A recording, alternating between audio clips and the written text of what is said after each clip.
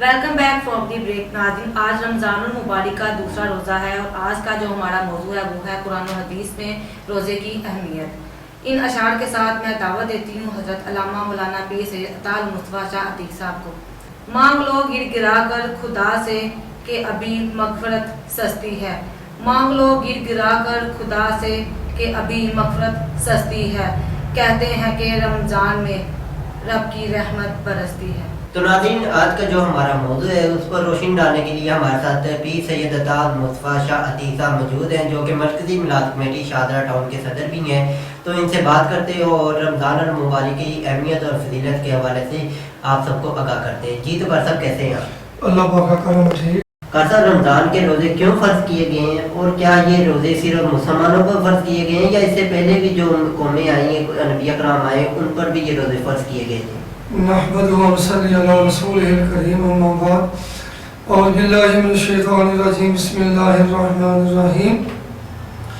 या अय्युहल्लज़ीना आमनू कुतिबा अलैकुमुस सियाम कमा कुतिबा अलल लज़ीना मिन क़ब्लिकुम लअल्लकुम तत्तक़ून। ये रमज़ान मुबारक का दूसरा रोज़ा है।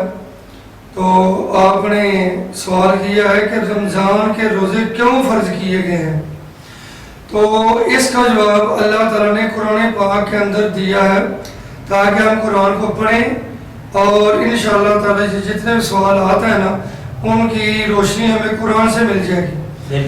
तो फरमाया या अय्युहल्लज़ीना आमनू कुतिबा अलैकुमुस सियाम, ऐ ईमान वालों हमने आप पर रोज़े लिख दिए हैं। किस लिए रोज़े फ़र्ज किए गए हैं?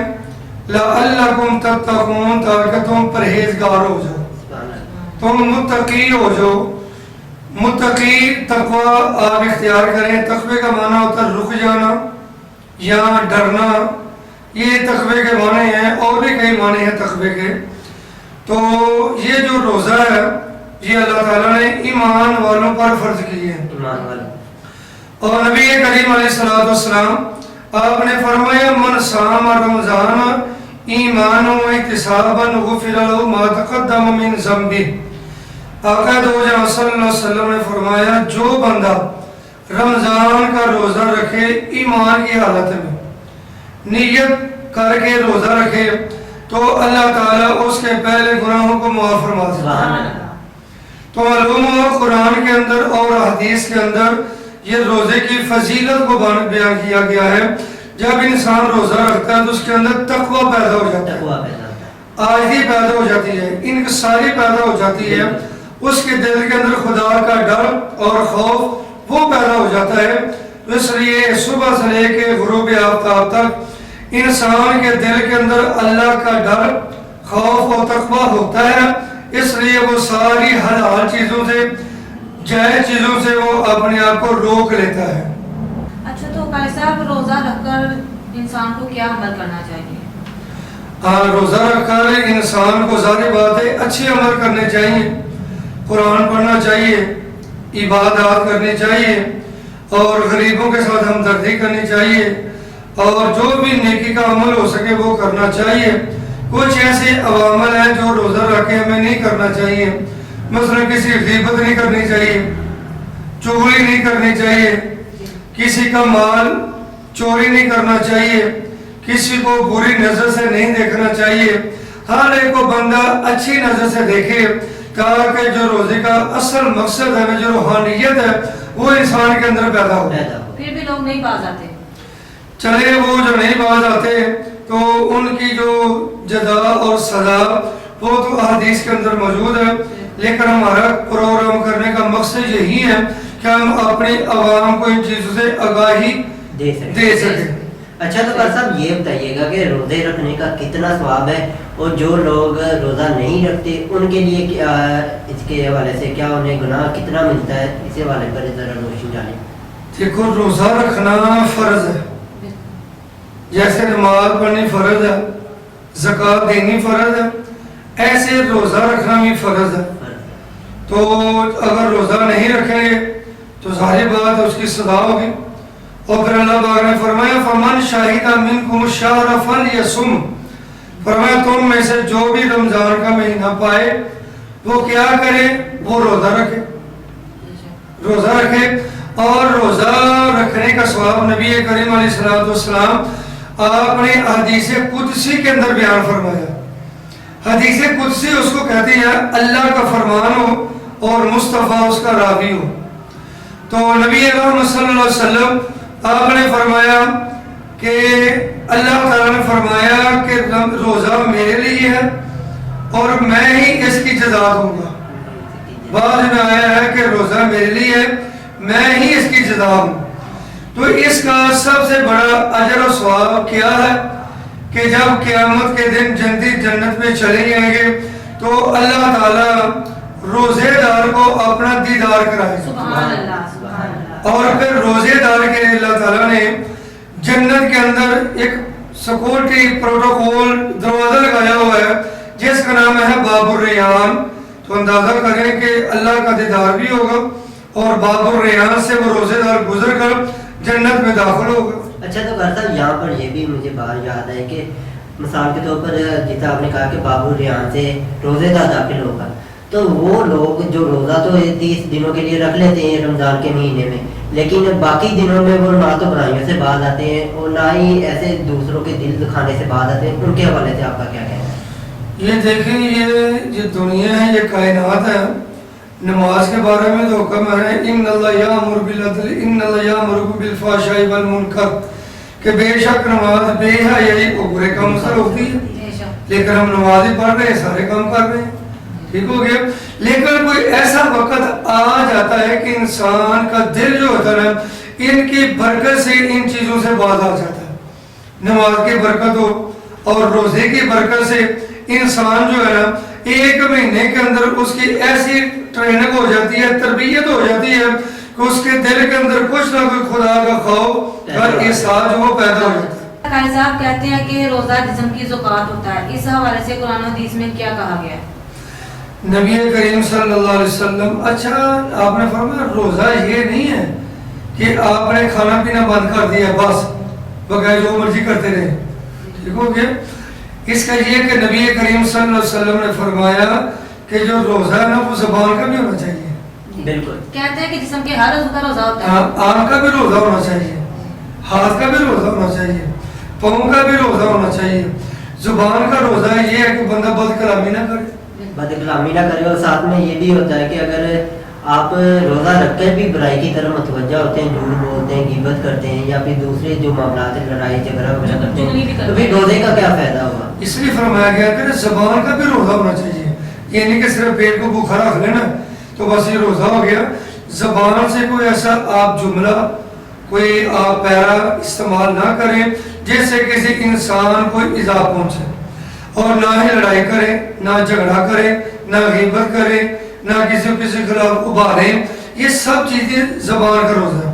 और आँख का रोज़ा ये है कि आप कोई ऐसी चीज़ की तरफ नज़र ना उठाएं, है जी, कुछ जिसको देखना मना किया गया हो। तो लिहाजा हाथ का रोज़ा ये है कि आपका जो हाथ है वो बुरे काम की तरफ नहीं बढ़ना चाहिए, और पाँव का रोज़ा ये है कि आप बुरे काम की तरफ या बुरी जगह पे चल के ना जाएं। तो ये इसलिए इसको रोज़े को जिस्म की ज़कात कहा गया है कि जिस्म के हर अज़ा का रोज़ा होना चाहिए। अच्छा, तो कारी साहब रोज़ा रखने का रूहानी और जिस्मानी क्या फ़ायदे हासिल होते हैं रोज़ा रखने से?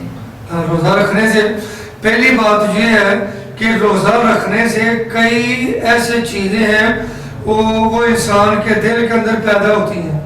मिसाल के तौर पर जब रोज़ेदार रोज़ा रखता है ना तो पहली बात है कि उसका तज़किया नफ्स हो जाता है, उसका दिल साफ हो जाता है। और फिर रोज़ा रखने वाला रोज़ेदार जो है जो अमीर है ना उनके दिल में गरीब का दर्द का एहसास पैदा हो जाता है, ठीक हो गया। फिर रोज़ा रखने से ये है कि इंसान खुदा की याद की तरफ माइल हो जाता है। आप देखते हैं कि फिर बंदा नमाज भी पढ़ता है, कुरान पाक भी पढ़ता है, सारे अमल करता है, और इसका रूहानी इसके फ़ायदे क्या हैं?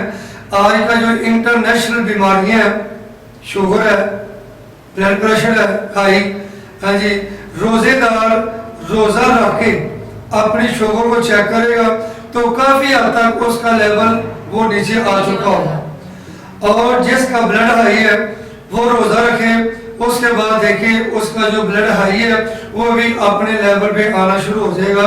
تو لہٰذا یہ انٹرنیشنل بیماریاں ہیں.